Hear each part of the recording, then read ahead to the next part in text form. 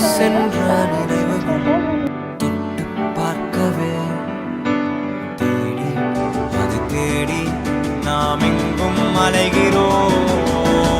அவளின் அந்த கண்ணங்கள் அழகாய் தோன்றவே அவள் சிரிக்க நாம் எதையும் செய்கிறோம், எதையும்